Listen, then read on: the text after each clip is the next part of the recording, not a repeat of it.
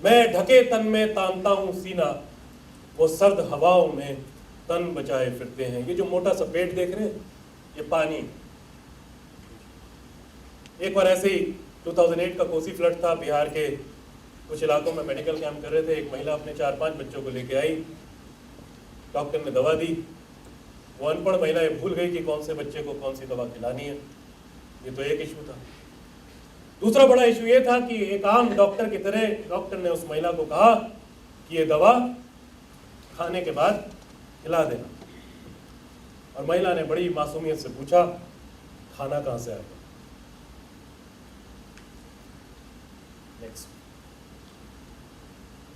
अभी आपने कहा we want to change the world. मैं कहता हूं दुनिया बदलना चाहते हो, सुधार क्यों नहीं देते? 400 बच्चों का मिड डे मील है। बाहर एक बंदा अपने बच्चे को टॉयलेट करा रहा है, चूल्हा ये है, नमक वो है, रोज बच्चे यही खाना खाते हैं। इस देश के लाखों स्कूलों के बच्चे एग्जैक्टली ये खाना खाते हैं। मैं सोचता हूं कि हम आवाज क्यों नहीं उठाते, सिर्फ उस बच्चे के लिए नहीं जो इस गंध में पल रहा है, बल्कि अपने लिए भी, क्योंकि सरकारों की टकसाल नहीं होती। ये चावल मेरे टैक्स के पैसे से बनता है, ये मिड डे मील मेरे टैक्स के पैसे से दिया जाता है। मैं सोचता हूँ 50-60 साल से हम लोग कहाँ खोए हुए हैं, कहाँ सोए हुए हैं। हमारे बगल के स्कूल में जाके देखिए, एग्जैक्टली इस हालत में खाना मिलेगा आपको। और ना सिर्फ ये उन बच्चों के साथ अन्याय है, इस देश के लाखों लोगों के साथ, बच्चों के साथ, बल्कि हमारे साथ अन्याय है, क्योंकि फिर मैं कह रहा हूँ कि तो मेरे टैक्स का पैसा है। नेक्स्ट। यह तो मुझ पर है कि मैं इसे कर्ज समझता हूं या मैंने इसे हक का नाम दे दिया है। मैं इसलिए बोल रहा हूं कि जो इंसान आज आपके सामने खड़ा है, जिसको आप सुबह से सम्मानित कर रहे हैं, जिसके ऊपर आप फूल बरसा रहे हैं,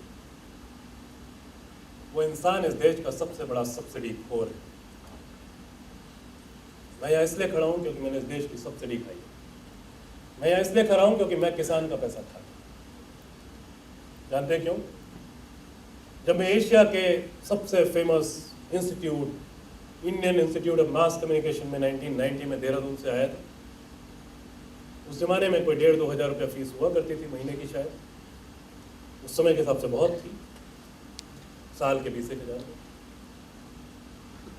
एक्चुअल जो उस इंस्टीट्यूट ने मुझ पर खर्चा किया होगा, जो इस देश ने मुझ पर खर्चा किया होगा, वो कम से कम 1,00,000-1.5 लाख रुपया होगा। मैं सोचता हूं कि यदि वो फीस 1,00,000 रुपए होती तो क्या मेरे पेरेंट्स मुझको मास कम्युनिकेशन करवा पाते? जवाब है नो। यदि वो मैं मास कम्युनिकेशन का या जो भी मैंने पढ़ा, कम से कम दिल्ली आया, मेरा विजन बढ़ा, छोटे शहर से निकल के आया था, यदि मैं वो नहीं करता तो क्या आज मैं आपके सामने खड़ा होता? शायद और शायद नहीं। तो यदि मैं कुछ बना तो वो इसलिए कि मैंने इस देश की सब्सिडी खाई। वो हर एक इंसान जो आज तक किसी भी सरकारी स्कूल में पढ़ा है, IIT, IIM गया है, इस देश का सबसे बड़ा सब्सिडी खोर है। वो हर एक इंसान जो किसी प्राइवेट इंस्टीट्यूट में पढ़ता है, वो भी इस देश का सबसे बड़ा सब्सिडी खोर है, क्योंकि हम लोगों ने कौड़ियों के भाव में या सब्सिडाइज रूप में इन सारे इंस्टीट्यूट्स को जमीन दी है। और सच मानिएगा, आप कभी भी किसी किसान की सब्सिडी माफ नहीं करते। किसान हमको सब्सिडी देता है। जब आप एक AC बनाते हैं, आप उसकी कीमत तय करते हैं। जब आप ये इंस्टीट्यूट चलाते हैं, आप यहाँ की फीस तय करते हैं। जब हम गूंज में कोई प्रोडक्ट बनाते हैं, हम उसकी कीमत तय करते हैं। जब हम एक 3rd ग्रेड हैंडीक्राफ्ट बनाते हैं या कोई बुके बनाते हैं, हम इसकी कीमत तय करते हैं। किसान इस देश में पिछले 60 साल से जो भी फसल उगाता है, उसकी भी कीमत हम ही तय करते हैं।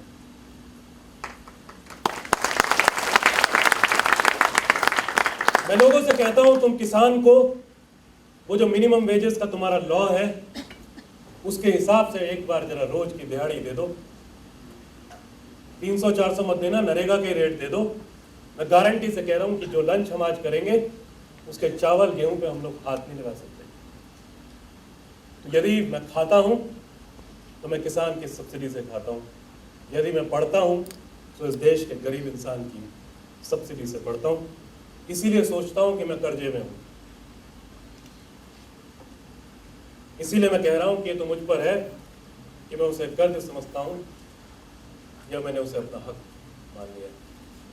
हम देश के 15-20% लोग हैं। बहुत सारे लोग मुझे अक्सर एयरपोर्ट पे मिलते हैं या कभी किसी ऐसे लेक्चर वेक्चर में मिलते हैं, बड़े गर्मजोशी से हाथ मिलाते हैं, ओ Anshu ji the world is very small, ओ Sugupta the world is very small. मैं उनसे कहता हूँ भाई कौन सी दुनिया छोटी है? कितने लोग हैं जो एयरपोर्ट पे मिलते हैं? ये तो मेरी और तुम्हारी दुनिया छोटी है, बाकी दुनिया तो अभी उतनी ही बड़ी है। बदकिस्मती से हमने उसी को दुनिया मान लिया और बाकी लोगों को छोड़ दिया। तो यदि हमें अपनी बेटी को महफूज रखना है, यदि हम चाहते हैं कि कॉकरोच की जिंदगी ना जिए, तो बहुत जरूरी है कि अपने से अलग हटके थोड़ा सा सोच लें, दूसरे इंसान के लिए नहीं, CSR के लिए नहीं, NGO के किसी काम के लिए नहीं, फेसबुक के किसी फोटो के लिए नहीं, अपने लिए। क्योंकि मैं एक डिग्निफाइड जिंदगी जीना चाहता हूँ, मैं एक अच्छे देश में जीना चाहता हूँ, मैं अच्छी सड़कों पर चलना चाहता हूँ, मैं हर काली सड़क पर टोल टैक्स देना नहीं चाहता। इंडिया से बाहर कहीं जाते हैं, पानी की बोतल आपको होटल्स में नहीं मिलती और वो कहते हैं कि everything is all the water is drinkable. आप वॉशरूम में जो पानी आ रहा है वो भी ड्रिंकेबल है। मेरे को कल्चरल शॉक लग जाता है, मैं सोचता हूँ कि मैं तो अपनी किचन के नल का पानी नहीं पी पाता, तो वॉशरूम के नल का पानी कैसे पीऊंगा? बट मैंने अपनी बेंचमार्किंग इतनी लो कर दी, यदि एक छोटा सा कोई 100 मीटर का काली सड़क का टुकड़ा दिखता है तो मुझे लगता है राइट। यकीन मानिए, यकीन मानिए इस देश की समस्याएं बिल्कुल अलग हैं। बहुत सारे लोग गूंज को आज एक डेवलपमेंट ऑर्गेनाइजेशन बोलते हैं, बड़ा सराहते हैं। मैं लोगों से हमेशा कहता हूं कि यार क्यों कहते हो डेवलपमेंट ऑर्गेनाइजेशन? डेवलपमेंट तो तब होगा जब समाज कम से कम 0 पे रहता हो। 0 से 10 को आप डेवलपमेंट बोल दीजिएगा। 0 का मतलब क्या? कोई 2 जोड़ी कपड़े अच्छे पुराने जैसे भी, कोई 2 वक्त की रोटी, कोई दाल चावल बेसिक रोटी, और एक में भी प्राइमरी एजुकेशन। बट आपका आधा समाज तो माइनस में रहता है। -से 0 डेवलपमेंट है या -से 0 सर्वाइवल है? तो 2 तरीके मैं मान के चलता हूं। एक तो ये कि हम यहाँ बैठ के क्रिप मारते रहें, कोई भी सरकार हो उससे कोई फर्क नहीं पड़ता। हमने सभी को देखा है इतने साल के अंदर, और अभी भी देख ही रहे, बदलते जा रहे हैं। और मैं हमेशा मान के चलता हूं कि इस देश में कोई बदलाव आएगा तो वो सरकारों की वजह से नहीं आएगा। सरकारें साथ दे सकती हैं, नहीं दे सकती, वो उनकी मर्जी है। यदि इस देश में कोई बदलाव आएगा तो एक आम आदमी लेके आएगा, और हम जैसे लोग कुछ करेंगे यदि हम थोड़े से सेल्फ सेंटर्ड होने से रुक जाएं। छोटा सा सवाल दोबारा आपसे पूछता हूं कि जब हम ट्रैफिक पुलिस की बात करते हैं तो सबसे पहली चीज हमारे दिमाग में क्या आती है? क्या आती है? क्या सोचते हैं ट्रैफिक पुलिस का मतलब? Traffic police is equal to 100 रुपए, रिश्वत, करप्शन। और मैं लोगों से पूछता हूं कि भाई तुमको तो नहीं पता कि सीट बेल्ट ना पहनने पे कितना फाइन होता है? तुमको ये भी नहीं पता कि यदि हेलमेट नहीं पहनोगे तो कितना फाइन होता है? क्योंकि हम सबको तो 100 रुपए की ताकत मालूम है। एक्चुअल फाइन तो 500 रुपए है।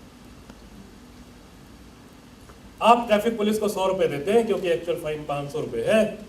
400 रुपए आप बचा लेते हैं। 4 गुना बड़े चोर आप हैं, कहते हैं ट्रैफिक पुलिस चोर।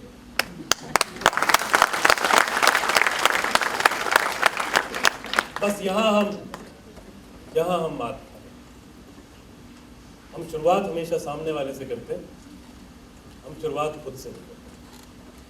हम क्रिप कर सकते हैं, हम क्रिटिसाइज कर सकते हैं, हम फेसबुक पे हेट की स्पीच डाल सकते हैं, कुछ गंदा लिख सकते हैं, क्योंकि 50 प्रोफेशनल लाइकर वहाँ बैठे होते, मिनटों में लाइक कर देते हैं, और आपको लगता है कि ये राइट, हमारी तो इतनी अच्छी बात है, सारी दुनिया उसको सुने। बट वो सच्चाई से कोसों दूर है। मैं ज़्यादा वक्त नहीं लूँगा, ले मैं बहुत वक्त सकता हूँ, बट मैं ज़्यादा नहीं बोलूँगा, क्योंकि मैं चाहता हूँ कि आप इन्हीं चीज़ों को जहन में रखें। छोटी सी 2-3 चीज़ें बोल के जाऊँगा। और हम लोग कपड़े पे काम करते हैं, सारी दुनिया जानती है, जितने भी लोग कम से कम इस काम को देख रहे हैं। सुबह से बात हो रही है, रोटी कपड़े मकान की बात हुई, आपने नुक्कड़ नाटक में भी उसको दिखाया। हमने कुछ साल पहले हमने कुछ साल पहले एक छोटी सी बात उठाई। हमने यही कहा था कि साहब जब आप 3 बुनियादी ज़रूरतों की बात करते हैं तो आप कहते हैं रोटी कितना बना, फिर आप कपड़े को भूल जाते हैं। कपड़ा आपको तब याद आता है जब कोई डिजास्टर हो जाता है, तो कोई फ्लड और अर्थक्वेक आया, आपको एकदम से लगता है कि कपड़ा दे दो, या फिर वो चैरिटेबल सब्जेक्ट ऑब्जेक्ट है। तो हमने लोगों से कहा कि आज तक दुनिया में जितने भी मिलेनियम डेवलपमेंट गोल हुए, आज की डेट में कोई सस्टेनेबिलिटी डेवलपमेंट गोल सुना है मैंने आगे बहुत सारे, कोई भी प्लानिंग कमीशन हो या नीति आयोग हो, नाम कुछ भी हो, कोई डिस्ट्रिक्ट का, स्टेट का, कंट्री का बजट हो, कोई फंडिंग एजेंसी हो, आपके पास 100-150 इश्यूज हैं, डोमेस्टिक वायलेंस से ग्लोबल वार्मिंग तक, क्लोथिंग आज तक एक सब्जेक्ट की तरह क्यों नहीं दिखा, यदि वो इतनी बड़ी बुनियाद है। नेक्स्ट मैं जब अपने शुरुआती दिनों में, जर्नलिज्म के दिनों में, पुरानी दिल्ली की कुछ सड़कों पे घूम रहा था, स्टोरीज का बड़ा हब होता है वहाँ पे, क्योंकि बहुत सारे होमलेस लोग रहते हैं, हज़ारों लाखों में होते हैं, वो फिगर बदलती रहती है, वो इस बात पे निर्भर करता है कि सर्वे कौन कर रहा है। सच्चाई ये है कि हज़ारों लाखों की तादाद में वहाँ पे लोग सड़कों पे रहते हैं, पूरे देश से वहाँ पे जाते हैं, बड़े बुरे हाल, स्लम में सेटल डाउन होने से पहले तो बड़े बुरे हाल।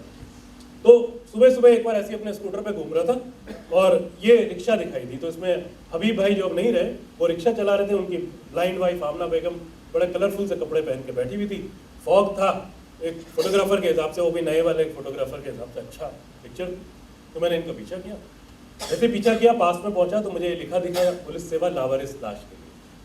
तो सडनली एक पिक्चर बिकेम ए स्टोरी।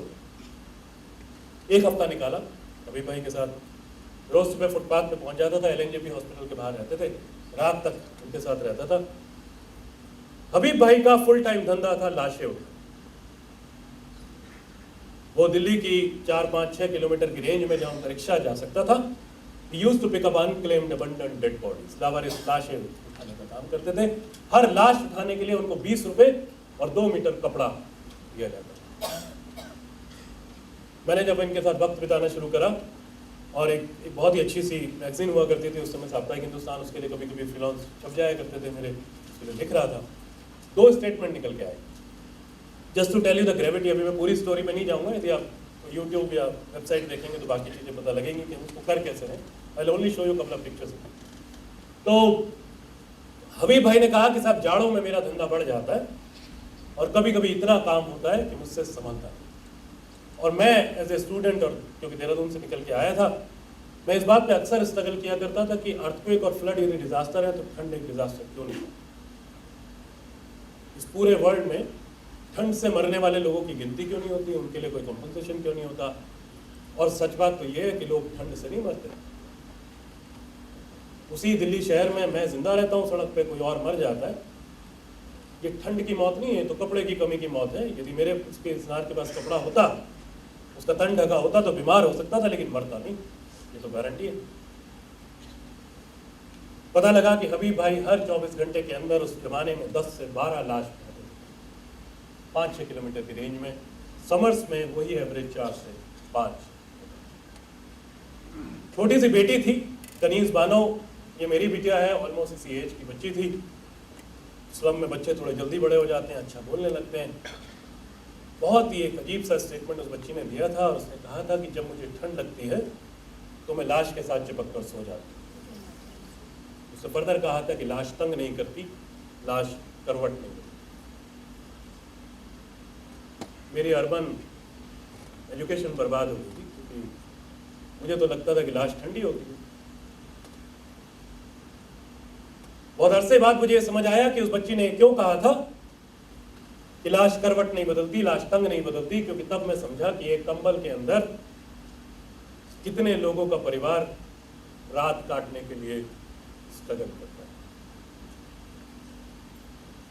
मैं सोचता रहा ये इशू अछूता कैसे रह गया।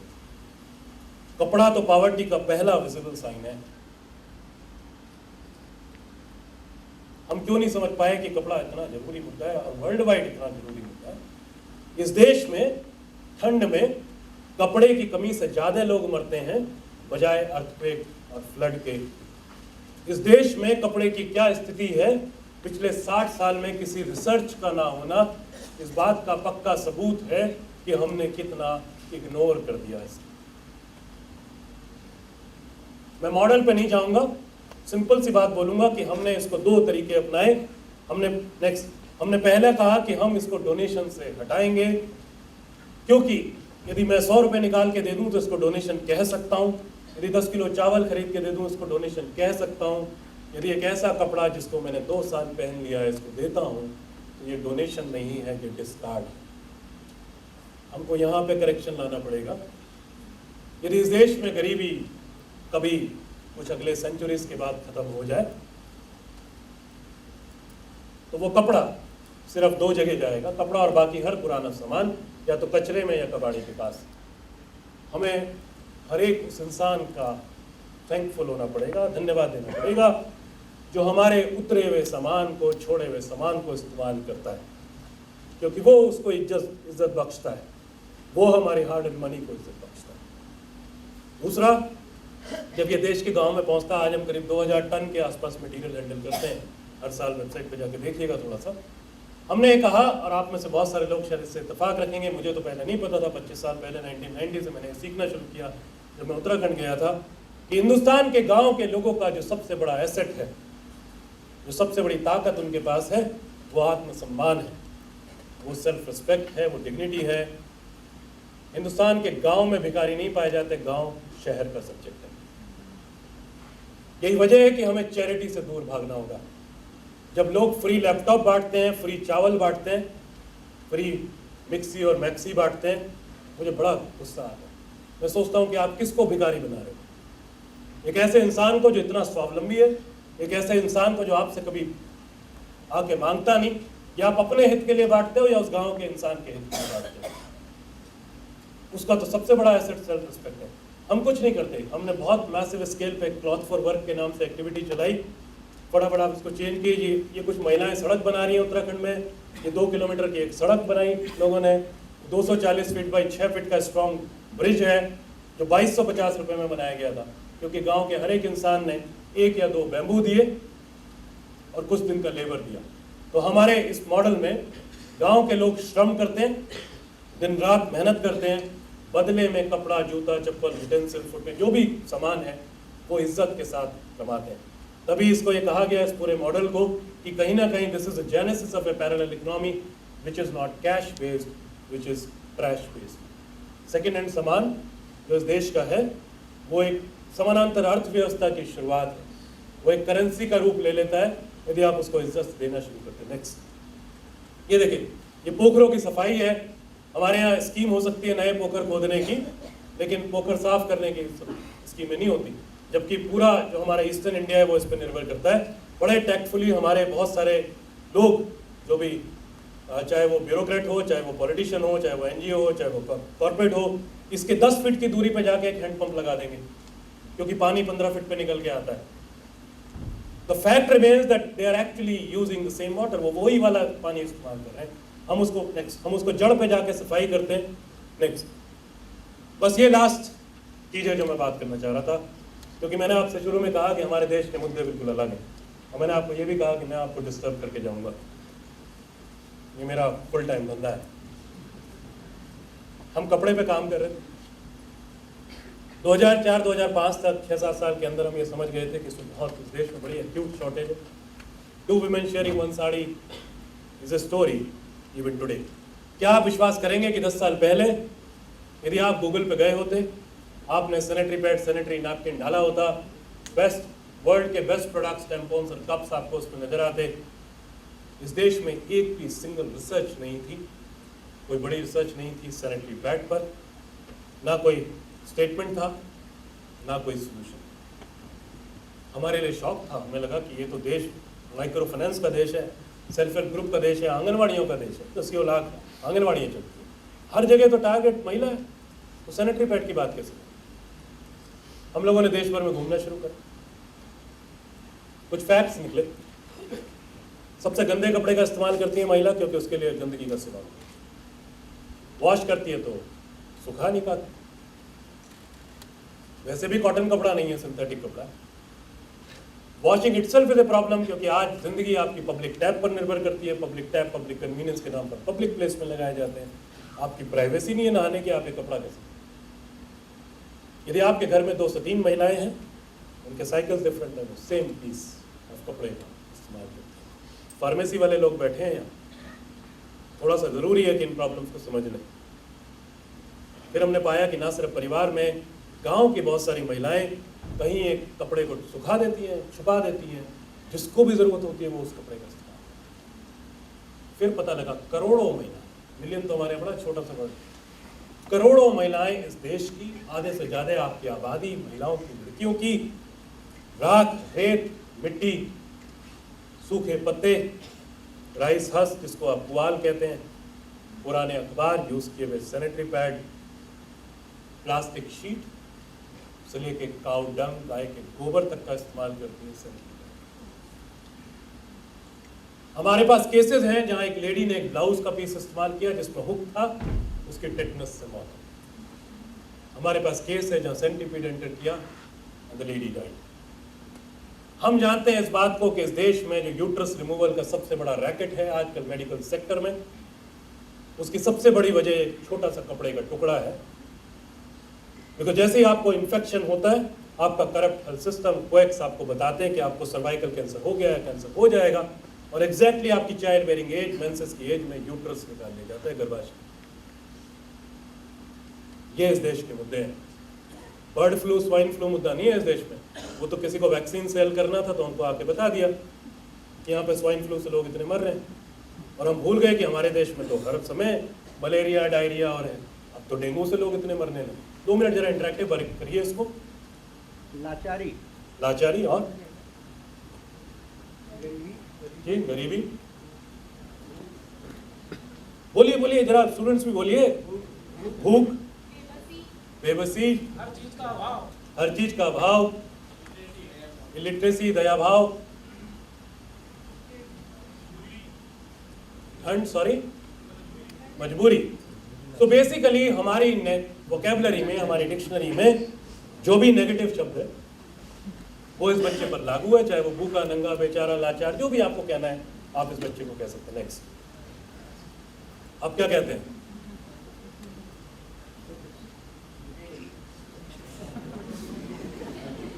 गरीब का बच्चा है लेकिन भूखा नहीं है, नंगा नहीं है, बेचारा नहीं है, लाचार नहीं है। तो मैं सोचता हूं कि हमारा देश ऐसा क्यों नहीं दिखता भाई, एक जोड़ी कपड़ा ही तो है।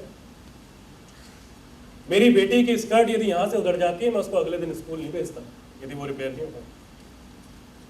ये बच्चा नंगा घूमता रहता है, मेरे को कोई ख्याल नहीं आता।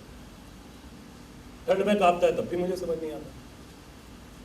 बहुत सारे लोग बहुत सारे शहरों से हमें लिखते हैं कि साहब हम सामान देना चाहते हैं, मैं पता नहीं कैसे दें, कहाँ दें। तो मैं उनसे पूछता हूँ क्यों भाई इंदौर में गरीबी खत्म हो गई, क्यों आना है आपको दिल्ली? हम तो बड़े माहिर हैं इस देश में कि हम मलेरिया पे काम करना चाहते हैं, हम तो मच्छरों पे करना ही नहीं चाहते। यदि गरीबी को गांव में ही खत्म कर दोगे तो शहर में क्यों आएगा? मैंने जब मैं देहरादून से निकला था तो मैं प्रोग्रेस के लिए निकला था, मैं ग्रोथ के लिए निकला था। 70-80% इस देश का आदमी जब माइग्रेट करता है तो वो ग्रोथ के लिए नहीं करता, वो सर्वाइवल के लिए करता है। उसको सिर्फ रोटी चाहिए, उसको पानी चाहिए, आज भी उसको और कुछ नहीं चाहिए। नेक्स्ट, क्या कहते हैं? इनके पास जाएंगे आप लोग जो स्टूडेंट लोग हैं, यदि मैं कहूँ कि 1 हफ्ते जाइए जरा इन पे रिसर्च कीजिए, इनके गांव में रहिए, इनके साथ में रहिए, इनके साथ खाना खाइए, थोड़ा दिल पे हाथ रख के बोलेगा आप में से कितने लोग जाएंगे और ऐसा करेंगे। नेक्स्ट, अंकल, काका, a piece of cloth also brings wisdom। समझदार इंसान लगने लगे। हिंदी में बात करता हूं, इधर इसको बोलता हूं, उधर इनको बोलता हूं, मेरी भाषा बदल जाती है सामने वाले को देख।